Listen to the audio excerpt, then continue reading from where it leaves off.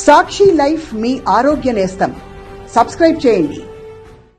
కల్తీ కల్లు అమాయక పేద ప్రజలను బలి తీసుకుంటోంది. అధికారుల పర్యవేక్షణ లోపంతో కల్తీ కల్లు అమ్మకాలు విచ్చలవిడిగా సాగుతున్నాయి. తాజాగా పెద్దపల్లి జిల్లా గోదావరి ఖన్లో కల్లు తాగి 2 ప్రాణాలను కోల్పోయారు. ఒకరి తర్వాత ఒకరుగా కుప్పకూలి ఆసుపత్రికి వెళ్లేలోపే ప్రాణాలను కోల్పోయారు. అడ్డగుంటపల్లి కల్లు డిపోలో కల్లు తాగారు. ఆ తర్వాత నడుచుకుంటూ ఇంటికి వెళుతూ ఉండగా ఆర్యవైశ్య నగర్ వద్ద ముందుగా రమేష్ కుప్పకూలిపోయాడు. గమనించిన నవీన్ అతడిని పైకి లేపేందుకు ప్రయత్నించాడు. చలనం లేకపోవడంతో ఎత్తుకుని ఆసుపత్రికి తీసుకువెళ్లేందుకు ట్రై చేశాడు. అలా కొద్ది దూరం వెళ్లాడో లేదో నవీన్ కూడా కుప్పకూలిపోయాడు.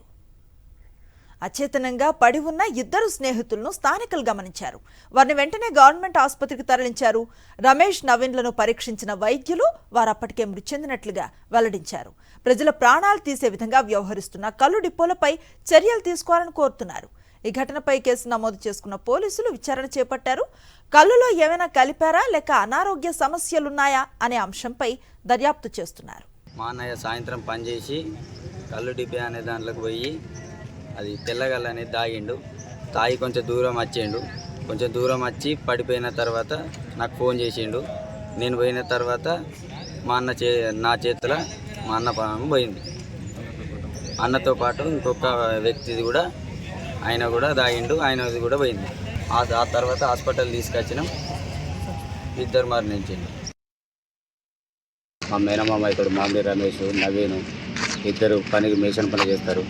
పని ముగించుకొని రాబోయి నెంబర్ 1 కల్లు డిపోలో కల్తీ కల్లు తాగి వాళ్ళిద్దరూ బయటకు వెళ్ళి కొంత దూరం వచ్చినాక పడిపోయడం జరిగింది. ఆ రమేష్ను నవీను తీసుకొని కొంచెం దూరం వచ్చుంటుంది ఆయన కూడా పడిపోవడం జరిగింది. వాళ్ళిద్దరికి తీసుకొచ్చి వాళ్ళ కంపెనీ ఫోన్ చెప్తే ఆ పిల్లవాడు తీసుకొచ్చి హాస్పిటల్లో జాయిన్ చేశారు.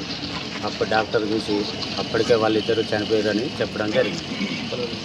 కల్లు డిపో నెంబర్ 1 కల్తీ కల్లు తాగడం వల్ల చనిపోయింది.